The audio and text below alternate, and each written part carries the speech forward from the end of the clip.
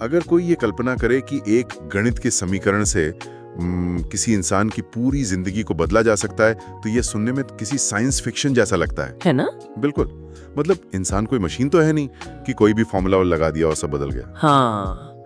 लेकिन जरा इस गणित पर गौर करते हैं। हाँ। अगर कोई इंसान हर दिन सिर्फ 8% बेहतर बनने पर काम करे, तो लगातार 180 दिनों तक ऐसा करने के बाद कंपाउंडिंग के प्रभाव से वो बदलाव 180% से भी ज्यादा का हो जाता है। और 180 दिन मतलब ठीक 4320 घंटे। बिल्कुल। तो आज के इस डीप डाइव में हमारा मिशन यही है। हम ये समझना चाहते हैं कि क्या सच में इतने सीमित समय में कोई इंसान अपनी आदतों, अपनी आर्थिक स्थिति और मतलब अपनी पूरी पहचान को जड़ से बदल सकता है। और ये गणितीय दावा ही वह मुख्य कारण है जो आज के हमारे विषय को इतना दिलचस्प बनाता है। आज हम डैरेन कॉक्स की किताब transform your life in 6 months के उन सिद्धांतों का विश्लेषण कर रहे हैं जो बदलाव को किसी जादुई घटना की तरह नहीं देखते। हाँ, मतलब ये कोई भारी भरकम फिलॉसफी की किताब नहीं है। बिल्कुल नहीं। ये उन पारंपरिक दार्शनिक विचारों से बचती है और सीधे उन ठोस कदमों की बात करती है जो वास्तविक दुनिया में काम करते हैं। इसे आप एक व्यावहारिक इंजीनियरिंग कह सकते हैं। ये तो बिल्कुल ऐसा है जैसे कोई मशीन को ठीक करने का क्विक स्टार्ट गाइड पढ़ रहा हो, जहाँ बिना किसी फालतू जानकारी के सीधे एक्शन की बात की गई हो। सही कहा। क्योंकि देखिए, कोई भी इंसान जब अपनी जिंदगी में बदलाव लाने की सोचता है तो शुरुआत में ऊर्जा बहुत होती है, लेकिन अक्सर वो ऊर्जा कुछ ही दिनों में खत्म हो जाती है। और इसीलिए ये समझना बहुत जरूरी है कि इस कंपाउंडिंग प्रभाव को असल जिंदगी में कैसे उतारा जाए। इस पूरी प्रक्रिया की जो सबसे पहली और मजबूत नींव है, वो इंसान के किसी शारीरिक एक्शन से शुरू नहीं होती। अच्छा, तो फिर कहाँ से शुरुआत होती है? ये शुरुआत होती है उसके दिमाग की वास्तुकला से। कॉक्स का तर्क है कि हर बड़े बदलाव का शुरुआती बिंदु एक बहुत ही स्पष्ट वाई, मतलब आपके मकसद का होना है। वाई यानी मकसद? हाँ। अक्सर लोग मकसद शब्द को बहुत ही आध्यात्मिक तरीके से लेते हैं, लेकिन यहाँ इसे विशुद्ध रूप से एक मानसिक ईंधन के रूप में इस्तेमाल किया गया है। किताब में दिया गया पहाड़ पर चढ़ने वाला उदाहरण इस बात को बहुत गहराई से स्पष्ट करता है। बिल्कुल, वो बहुत ही सटीक एनालॉजी है। मतलब मान लीजिए किसी इंसान को बिना किसी खास कारण के एक बर्फीले और ऊंचे पहाड़ पर चढ़ने के लिए कहा जाए, तो क्या होगा? वो जल्दी ही हार मान लेगा। एब्सोल्युटली। जैसे ही शरीर थकने लगेगा, दिमाग का वो हिस्सा जो ऊर्जा बचाने का काम करता है तुरंत हावी हो जाएगा। लेकिन अगर उसी पहाड़ की चोटी पर उस इंसान का कोई अपना फंसा हो और मदद मांग रहा हो, तो अचानक वो सारी थकान गायब हो जाती है। क्योंकि अब उसके पास एक मजबूत कारण है। शरीर की क्षमता तो वही थी, लेकिन दिमाग ने जो रुकावट पैदा की थी वो एक मजबूत मकसद के आते ही टूट गई। और पता है, यही वो मनोवैज्ञानिक अनुमति है जिसकी इंसान को जरूरत होती है। जब कोई मजबूत कारण होता है तो न्यूरोलॉजिकल सिस्टम हर मुश्किल को पार करने के लिए तैयार हो जाता है। तो इस स्पष्टता को पैदा कैसे किया जाए? इसके लिए किताब में एक मिशन स्टेटमेंट बनाने की बात कही गई है जो मुख्य रूप से 4 सवालों पर आधारित है। पहला, इंसान असल में क्या हासिल करना चाहता है? दूसरा, वह यह क्यों हासिल करना चाहता है? क्या और क्यों? हाँ।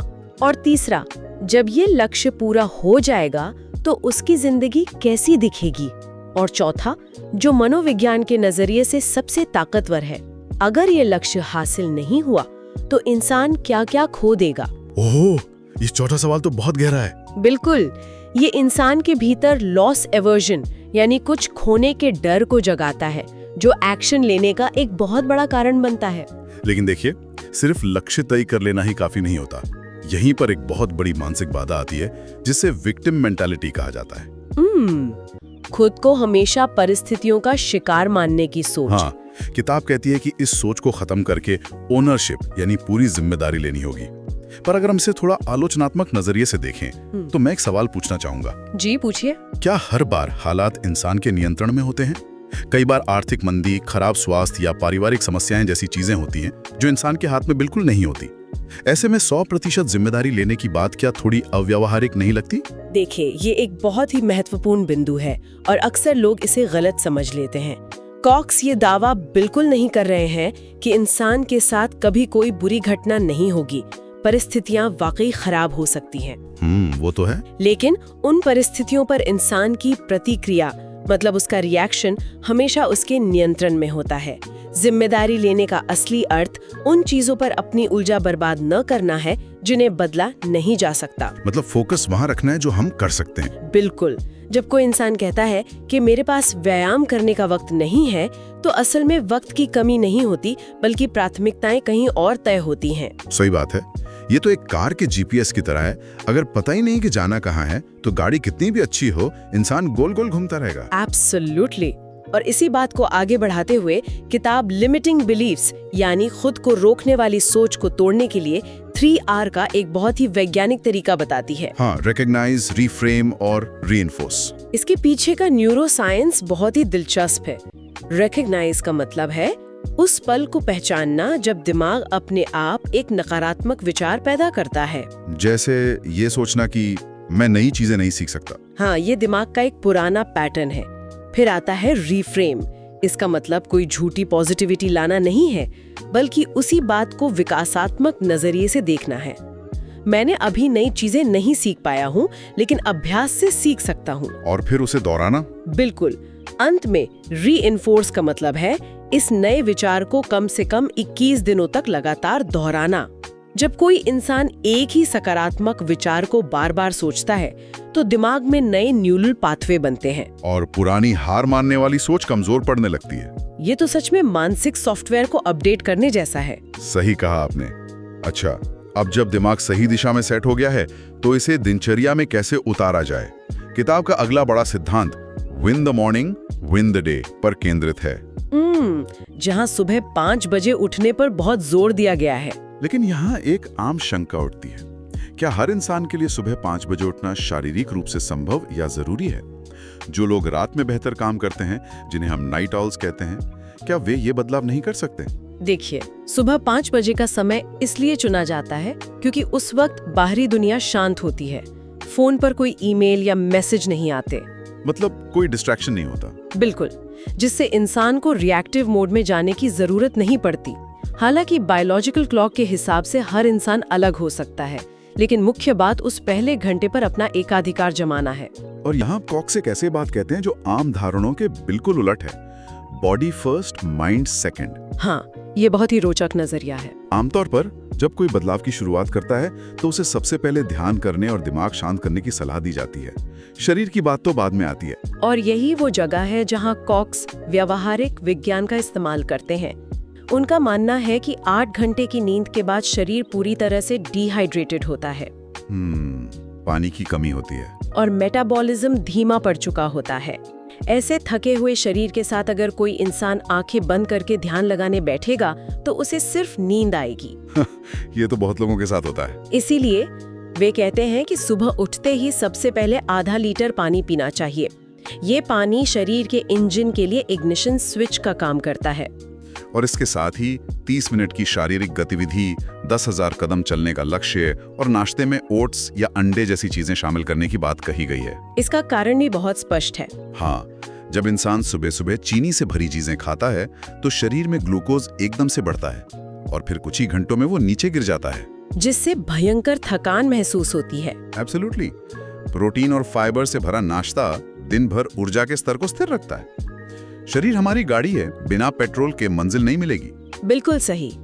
जब शरीर पूरी तरह से सक्रिय और ऊर्जावान होता है, तो दिमाग अपने आप अनुशासित हो जाता है। लेकिन एक सच्चाई ये भी है कि सुबह का ये अनुशासन और ऊर्जा दिन ढलने के साथ कम होने लगती है। जब कोई इंसान शाम को काम से थका हारा घर लौटता है, तो उसका प्री फ्रंटल कॉर्टेक्स थक चुका होता है। दिमाग का वो हिस्सा जो निर्णय लेता है। हाँ, उस वक्त न तो व्यायाम करने का मन करता है और न ही कुछ अच्छा पढ़ने का। यही वो बिंदु है जहाँ ज्यादातर लोगों के 6 महीने के संकल्प टूट जाते हैं। और यहीं से ये स्पष्ट होता है कि सिर्फ मोटिवेशन के भरोसे रहना कितनी बड़ी भूल है। मतलब मोटिवेशन तक इमोशन है, जो आज है कल नहीं। बिल्कुल। अगर बदलाव के पूरे 100% की बात करें, तो मोटिवेशन का काम शायद सिर्फ 10% होता है, यानी आपको शुरुआत करवाना। बाकी का 90% काम सिस्टम का होता है। ये तो बिल्कुल वैसा ही है जैसे खाना पकाने के लिए माचिस की तीली और गैस स्टोव का होना। अच्छा।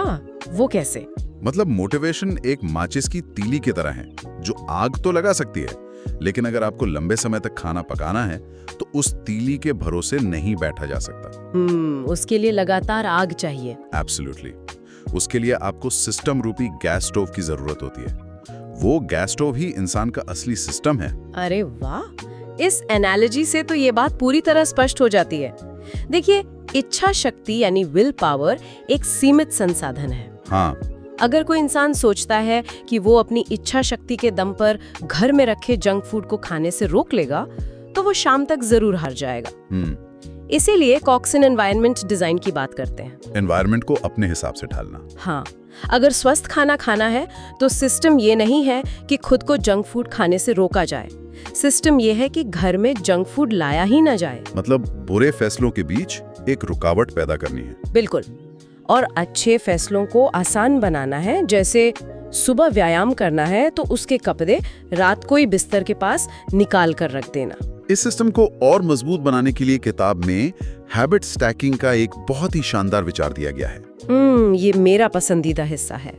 अक्सर लोग शिकायत करते हैं कि नई आदतें बनाने के लिए उनके पास समय नहीं है, लेकिन हैबिट स्टैकिंग में किसी नई आदत को दिमाग में पहले से मौजूद किसी पुरानी और पक्की आदत के साथ जोड़ दिया जाता है। और न्यूरोलॉजी के हिसाब से ये बहुत ही प्रभावी तरीका है। हाँ, जैसे ब्रश करना। बिल्कुल, ब्रश करना एक ऐसी आदत है जिसके लिए दिमाग को कोई जोर नहीं लगाना पड़ता।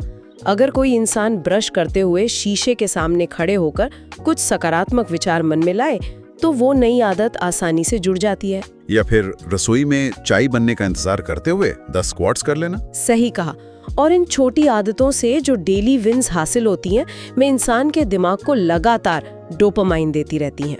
मतलब रोज की छोटी छोटी जीत। हाँ, इंसान 6 महीने बाद मिलने वाले बड़े नतीजे का इंतजार नहीं कर सकता। उसे रोज कुछ ऐसा चाहिए जो उसे महसूस कराए कि वो आगे बढ़ रहा है। इसीलिए कॉक्स कहते हैं कि हर दिन 4 क्षेत्रों में एक छोटी जीत हासिल करनी चाहिए: माइंड, बॉडी, वर्क और सोल। बिल्कुल। अब जब आंतरिक सिस्टम इतने मजबूत हो जाते हैं, तब इंसान को बाहरी दुनिया का सामना करना होता है। बाहरी प्रभाव यानी हमारे आसपास के लोग और हमारी आर्थिक स्थिति। हाँ, क्योंकि जब किसी इंसान के दिमाग में पैसों को लेकर तनाव चल रहा हो तो उसकी सोचने समझने की क्षमता इतनी घिर जाती है कि वो खुद को बेहतर बनाने पर ध्यान ही नहीं दे पाता। आर्थिक तनाव वाकई में इंसान की आधी ऊर्जा खत्म कर देता है, और इस समस्या से निपटने के लिए कॉक्स सेव, अर्न, ग्रो का नियम देते हैं, जिसमें सबसे महत्वपूर्ण सिद्धांत है पे योरसेल्फ फर्स्ट। मतलब कमाई का कम से कम 20% सीधे बचत में डालना। बिल्कुल, खर्च करने से पहले बचाना। ये एक तरह की कृत्रिम कमी पैदा करता है जिससे इंसान अपने आप अपने खर्चों को सीमित करना सीख जाता है। और पैसों के बाद जो दूसरी सबसे बड़ी भारी ताकत है वो है इंसान का सामाजिक दायरा। लोग आपको बनाते या बिगाड़ते हैं। ये एक जाना माना सिद्धांत है कि कोई भी इंसान उन 5 लोगों का औसत बन जाता है जिनके साथ वो सबसे ज्यादा वक्त बिताता है।